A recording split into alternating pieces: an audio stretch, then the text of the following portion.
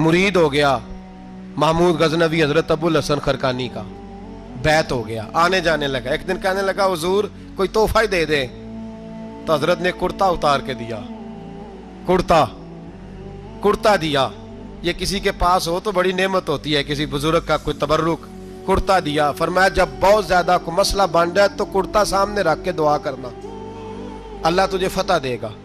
محمود سومنات کے مندر توڑ رہا تھا، 2 4 5 دفعہ حملہ کیا، فتح نہیں ہوتی۔ اپنے شیخ کا جبہ رکھا ہے، اللہ اس کی برکت سے ہی فتح دے دے۔ کہتا میں نے جبہ رکھ کے دعا مانگی، اگلے دن حملہ کیا تو اللہ نے فتح عطا فرما دی۔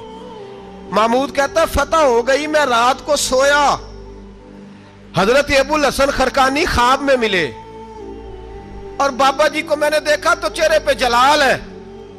میں نے کہا حضور آپ ناراض ہیں؟ کہنے لگے محمود تو نے کوئی قیمت نہیں ڈالی میرے کرتے کی۔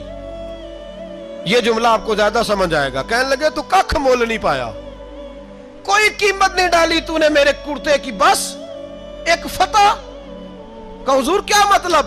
فرمانے لگے یہ میرے وجود سے لگا ہوا جبہ تھا، میں وہ شخص ہوں جس نے زندگی پر وہ کام کیا جس میں اللہ رسول راضی ہیں، اپنے آپ پہ پابندیاں لگا کے رکھی ہیں، رب نے اپنے فضل سے بڑا نوازا ہے۔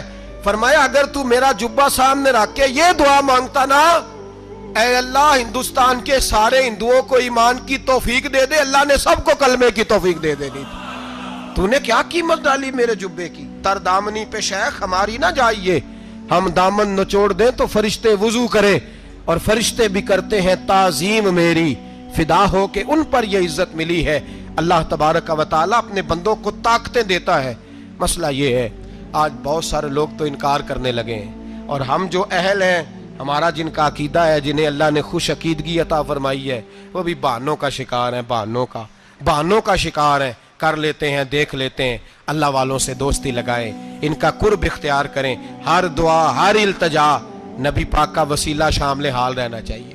اگر تیرے واسطے سے مانگوں کوئی دعا بے اثر نہ ٹھہرے، نبی پاک کا وسیلہ دو گے تو ہر جگہ ہی اللہ کامیابیاں عطا فرمائے گا۔ حضرت انس بن مالک حضور کے خادم تھے، اماں نے دے دیا تھا حضور کی بارگاہ میں، کہتے ہیں میں 10 سال مدینے میں حضور کی نوکری کرتا رہا، تو قریب سے دیکھا تھا نا سارا کچھ، بہت ساری احادیث ان سے مروی ہیں، بڑی چیزوں کو دیکھا تھا، تو اب سیانے ہو گئے، باتیں سمجھ گئے، قریب رہنے والے لوگ تو قربان پچھانن والے ہیں، تو گل جان گئے گل کھول دے نہیں، تو قریب پہنچ گئے تھے نا، تو سمجھ آ گئی تھی بات کی۔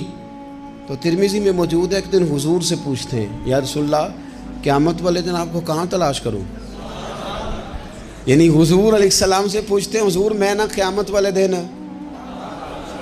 بھئی بات تو یہ نا کہ اعمال ٹھیک کیا جائے، معاملات پر توجہ دی جائے، عبادات کا خیال کیا جائے، جو ہمارے ذمہ ڈیوٹیاں ہیں وہ پوری کی جائیں۔ تو وہ کہتے ہیں حضور وہ قیامت والے دن کہاں تلاش کروں؟ تو حضور نے بھی نہیں فرمایا کہ تو اعمال ٹھیک کر، مجھے ڈھونڈنے کی کیا ضرورت ہے، کہاں ڈھونڈوں؟ تو حضور فرمانے لگے مسکرا کے فرمانے لگے، چونکہ قربان پچھانن والے ہیں، تو اے گل جان گئے گل کھول دے نہیں۔ حضور علیہ السلام سے کہا یا رسول اللہ میں نہ قیامت والے دن کہاں تلاش کروں؟ تو حضور فرمانے لگے حوض کوثر پہ۔ یا رسول اللہ وہاں کیا ہوگا؟ تو فرمایا امت پیاسی آئے گی تو میں جام بھر بھر کے پلاؤں گا، میں جام بھر بھر کے پلاؤں گا۔ ایسا کی تیری خیر تیرے میں کدے کی خیر، ایسی پلا کہ جس کا نشہ عمر بھر رہے۔ اور ایک نے کہا تھا کہ طیبہ سے منگائی جاتی ہے، سینوں میں رچائی جاتی ہے، توحید کی میں پیالوں سے نہیں نظروں سے پلائی جاتی ہے۔ حضور صلی اللہ علیہ وسلم نے فرمایا حوض کوثر پہ بھی جام پلائیں گے۔ سیانے بڑے تھے حضرت انس، اور بھلا ہمارا کر رہے تھے۔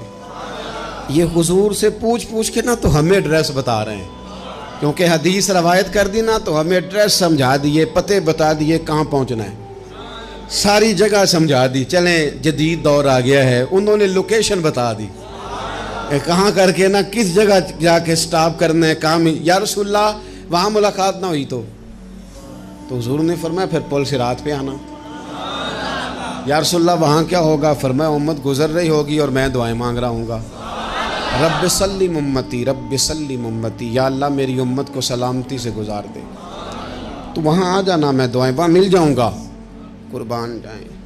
فاضل بریلوی بول پڑے, کہنے لگے خدا کی رضا چاہتے ہیں دو عالم, خدا چاہتا ہے رضائے محمد. اجابت کا جوڑا عنایت کا سہرا, دلہن بن کے نکلی دعائے محمد. اجابت نے جھک کر گلے سے لگایا بڑی ناز سے جب دعائے محمد. رضا اب پل سے وجد کرتے گزریے کہ ہے رب سلم دعائے محمد صلی اللہ. تو عرض کی یا رسول اللہ وہاں ملاقات نہ ہوئی تو؟ میں نے کہا وہ ہمیں لوکیشن سمجھا رہے تھے, انہیں تو پتا تھا پہلے ہی. ایک قربان پچھانن والے ہیں تو ایک گل جان گئے, گل کھول دے نہیں. تو وہاں نہ ملاقات ہوئی تو حضور نے فرمایا پھر میزان عمل پہ آنا. یا رسول اللہ وہاں کیا ہوگا؟ فرمایا امت کے عمل تول رہے ہوں گے اور میں ان کے لیے دعائیں کر رہا ہوں گا. میں نہیں جا سکا کبھی بچوں کے ساتھ پیپر دلوانے, استاد کو اجازت نہیں دیتے, کہتے ایک ایگزامینر اور آئے گا کوئی, جس نے پڑھایا ہو اسے اجازت نہیں کہ تو جا. ابا جی کو اجازت نہیں ہوتی کہ وہ ایگزامینیشن ہال میں جائے, وہاں تو کوئی اور لوگ آتے ہیں. یہ بھی عجیب